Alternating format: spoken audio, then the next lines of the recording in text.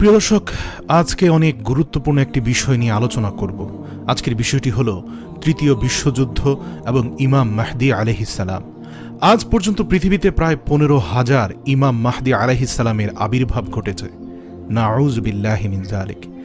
আমাদের পূর্বের বিভিন্ন বুজুর্গগণ আজ থেকে প্রায় 500 বছর আগে কিতাব লিখে গিয়েছিলেন যে আর বেশি দিন নেই, ইমাম মাহদী আলাইহিসসালাম আসার সময় হয়ে গেছে।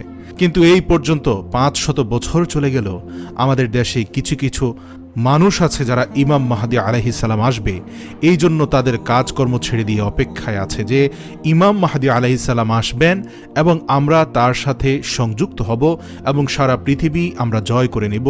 এটা বেশ ভালো কথা। ইমাম মাহদী আলাইহিসসালাম অবশ্যই দুনিয়াতে আসবেন। বুখারী ও মুসলিম শরীফে এই বিষয়ে সুস্পষ্ট হাদিস রয়েছে। কিন্তু অন্যান্য প্রসিদ্ধ কিতাবে ইমাম মাহদী আলাইহিসসালামের আগমন সম্পর্কে অনেকগুলো হাদিস বর্ণিত আছে। ইমাম মাহদী আলাইহিসসালাম আসার আগে পৃথিবীর পরিস্থিতি আরও নাজুক হবে এবং মুসলমানদের পরিস্থিতি আরও কঠিন এবং ভয়াবহ হবে।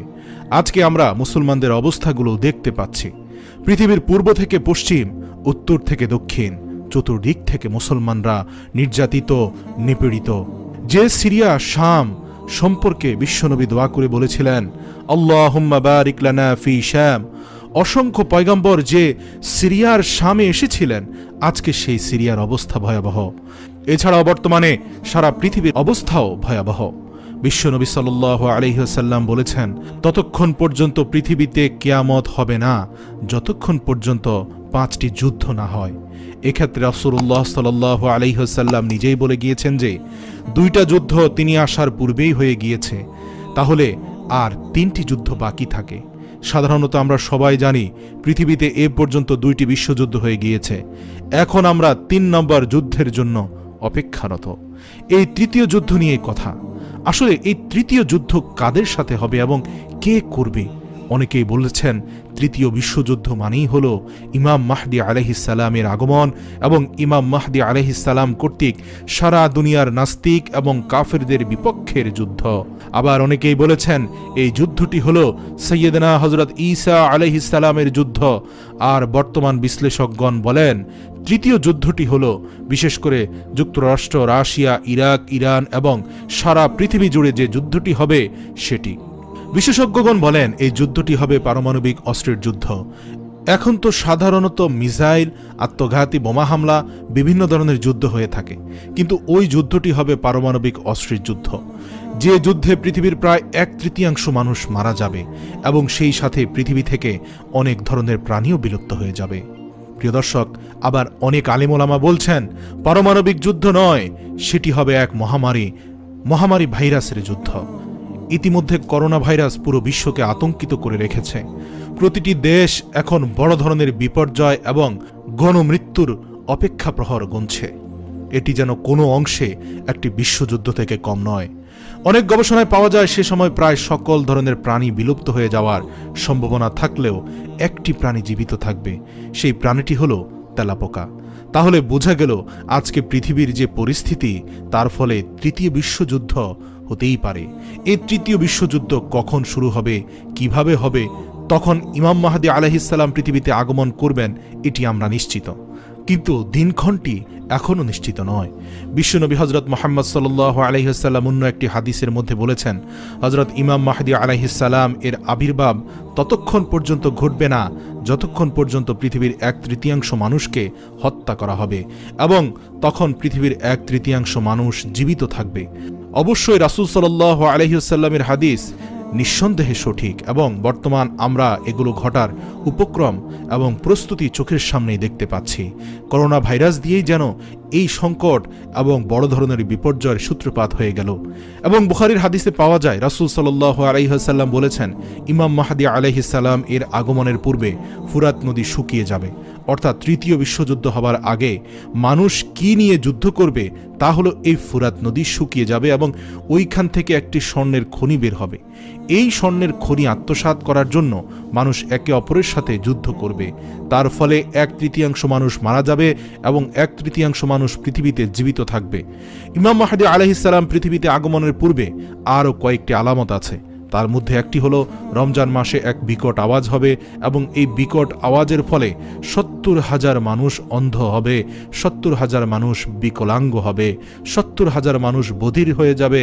ইমাম মাহদী আলাইহিস সালামের আগমনের পূর্বে আরেকটি আলামত ঘটবে এবং সেটা হলো কোনো এক রমজান মাসে একই মাসে সূর্যগ্রহণ এবং চন্দ্রগ্রহণ হবে। কারো কারো মতে সেটা পূর্বে হয়ে গেছে এবং কেউ কেউ বলেন এখনো হয়নি। বিশ্বনবী সাল্লাল্লাহু আলাইহি ওয়াসাল্লাম চতুর্থ যে আলামতের কথা বলেছেন সেটা হলো ইমাম মাহদী আলাইহিস সালাম আসার পূর্বে সিরিয়াতে 12 বৎসর যুদ্ধ থাকবে। তাহলে আমরা জানি সিরিয়াতে প্রায় 8 বছর যাবৎ যুদ্ধ চলছে।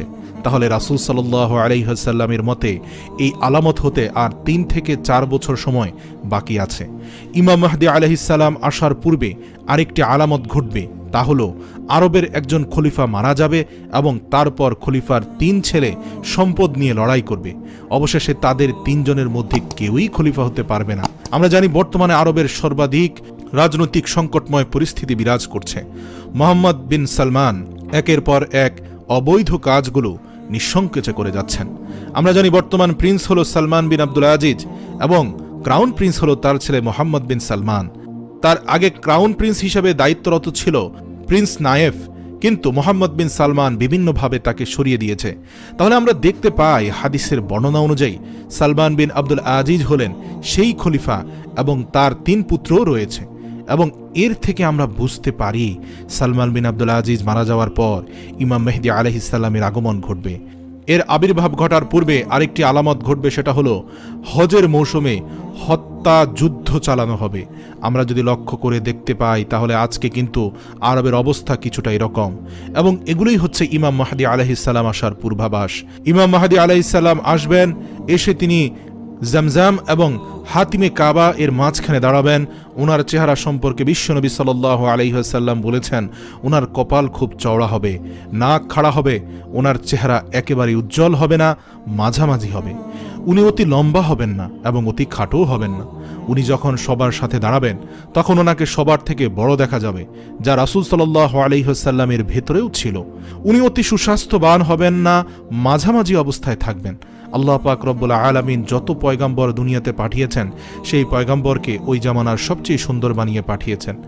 সুবহানাল্লাহ। রাসূলুল্লাহ সাল্লাল্লাহু আলাইহি ওয়াসাল্লামের যত আওলাদ দুনিয়াতে আছে তাদের সকলের চেহারা সুন্দর। ইমাম মাহদী আলাইহিস সালামের নাম কি হবে? বিশ্বনবী সাল্লাল্লাহু আলাইহি ওয়াসাল্লাম বলেন তার নাম হবে মুহাম্মদ, আমার নামে নাম। এবং আরও গুরুত্বপূর্ণ তথ্য দিয়েছেন রাসূল সাল্লাল্লাহু আলাইহি সাল্লাম। তিনি বলেন তার বাবার নাম আমার বাবার নামের মতো আব্দুল্লাহ হবে, তার মায়ের নাম আমার মায়ের নামের মতো আমিনা হবে।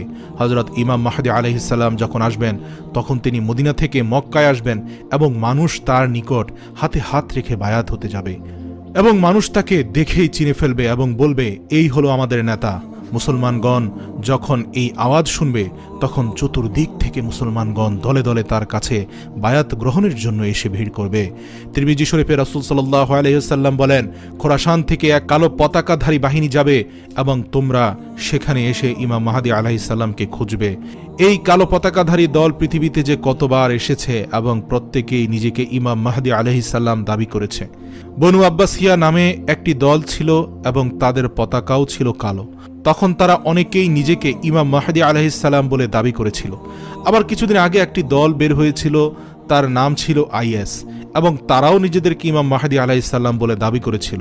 কিন্তু সর্বশেষ কথা হলো সেই আইএস দলটি ইমাম মাহদী আলাইহিস সালামের দল তো দূরের কথা, মুসলিম বলে পরিচয় দেওয়াটাও ঠিক হবে না।